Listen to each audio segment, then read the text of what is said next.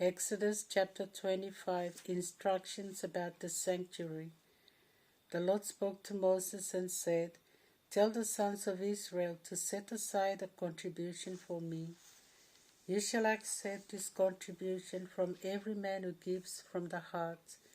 The things you shall accept from them are these: gold, silver, and bronze, purple cloth of violet shade and red, crimson cloth, fine linen, goat's hair, rams, skins dyed red, fine leather, acacia wood, oil for the lamps, spices for the chrism and for the fragrant incense, precious stones and gems to be set in priestly vestments and the breastpiece.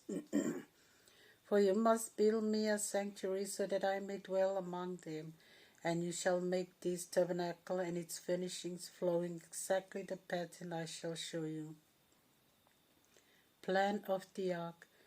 You are to make me an ark of acacia wood, 2.5 cubits long, 1.5 cubits wide, 1.5 cubits high. You are to cover it with gold inside and out, and decorate it all around with a gold edging. You will cast 4 gold rings for the ark and fix them to its 4 bases, 2 rings on one side and 2 rings on the other. You will also make poles of acacia wood covered with gold, and pass the poles through the rings on the sides of the ark to carry the ark by these. The poles must remain in the rings of the ark and not be withdrawn. Inside the ark you will place the testimony that I shall give you. Further, you are to make the mercy seat of pure gold, 2.5 cubits long and 1.5 cubits wide. For the 2 ends of the mercy seat, you are to make 2 golden cherubs of hammered gold. Make the first cherub for one end and the second for the other, and fasten them to the 2 ends of the cover, so that they may make one piece with it.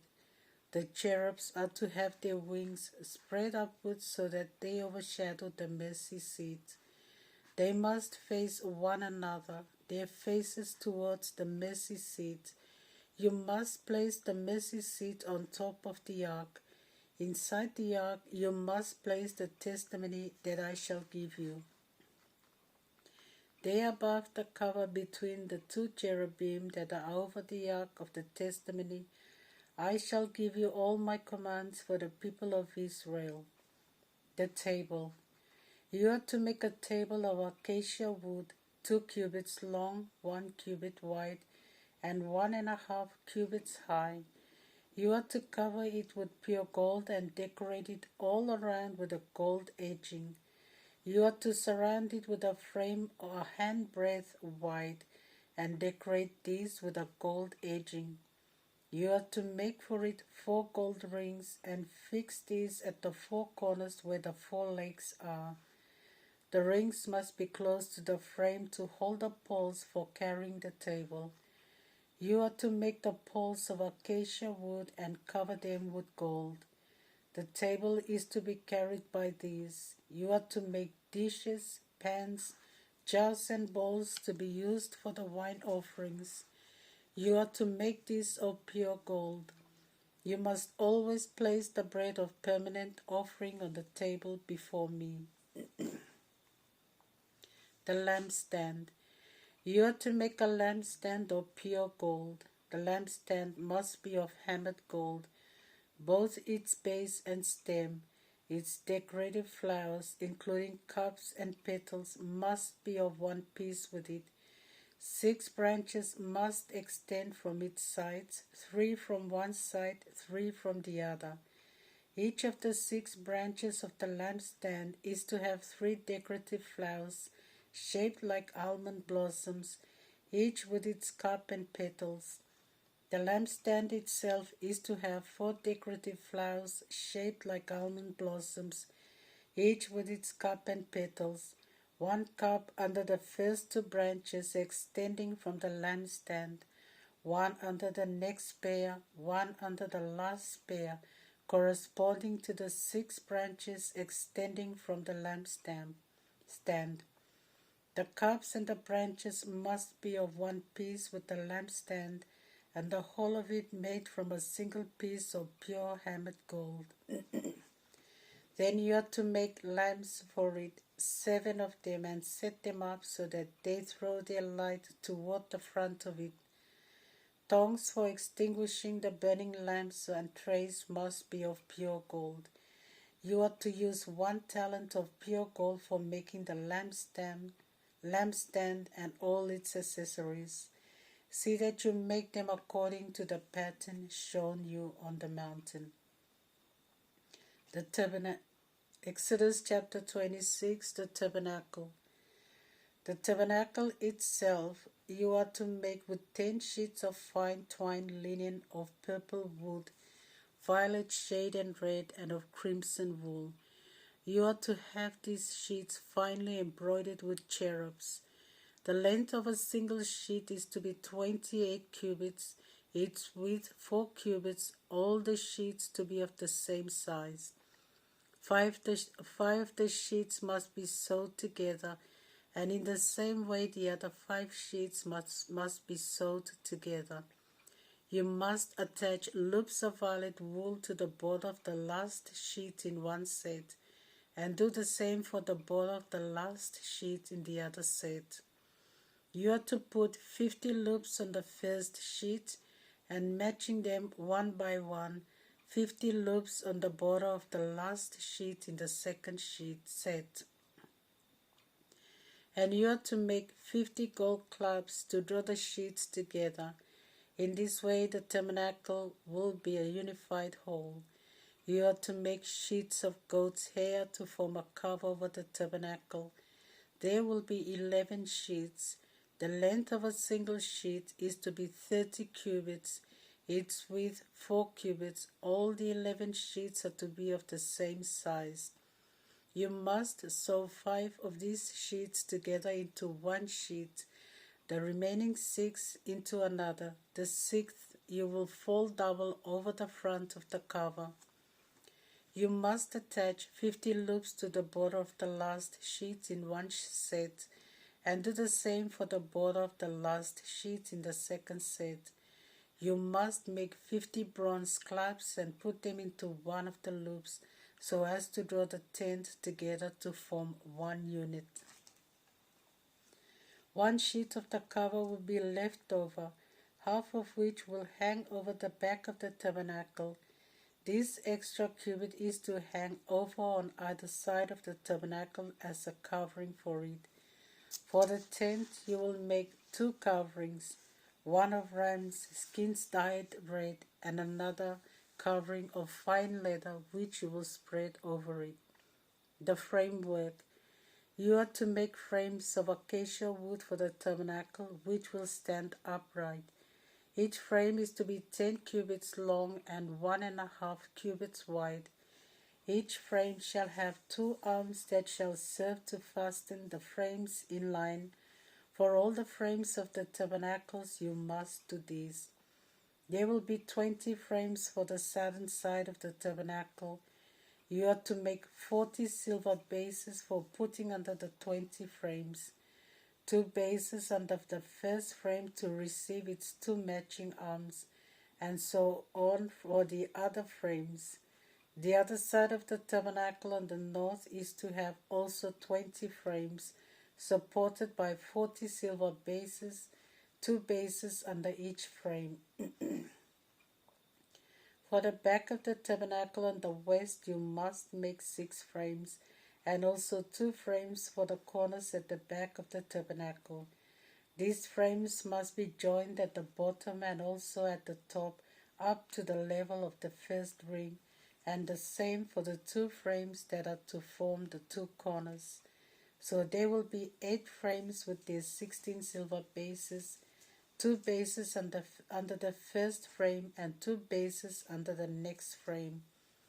You are to make 5 crossbars of acacia wood to hold together the frames for one side of the tabernacle, and 5 to hold the frames that form the other side of the tabernacle, and 5 to hold the frames at the western side of the tabernacle.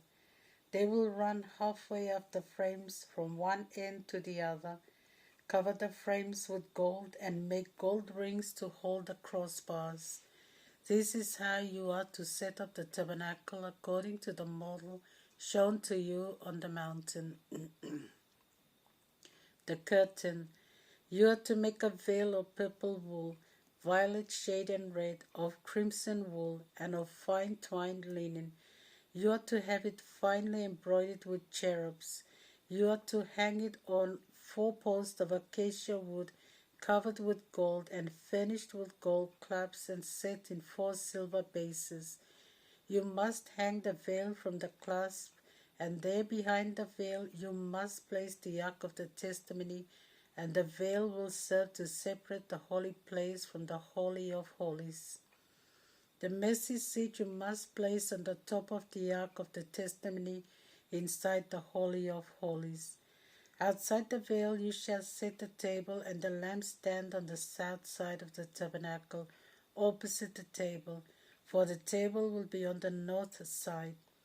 Finally, for the entrance to the tent, you are to make a screen of purple wool, violet shade and red, and of crimson stuffs and fine twined linen, the work of a skilled weaver. And you shall have for this curtain 5 posts of acacia wood covered with golden hooks. For this you are to cast 5 bronze bases. Psalm chapter 34. Taste and see the Lord's goodness. I will bless the Lord all my days. His praise will be ever on my lips. My soul makes its boast in the Lord. Let the afflicted hear and rejoice. Oh, let us proclaim the greatness of the Lord. Together let us glorify his name. I sought the Lord, and he answered me. From all my fears he delivered me. Those who look to him are radiant with joy. Their faces are never clouded with shame. When the poor cry out, the Lord hears and saves them from distress. The Lord's angels encamps around those who fear him, and he keeps them safe. Oh, taste and see that the Lord is good. Blessed is the one who finds shelter in him. Oh, fear the Lord, all you his saints, for those who fear him do not live in want. The young lions may go hungry and in need, but those who seek the Lord lack nothing good. Come, listen to me, my children. I will show you how to fear the Lord. If you desire long life, if you want to enjoy prosperity, keep your tongue from falsehood and your lips from speaking deceit.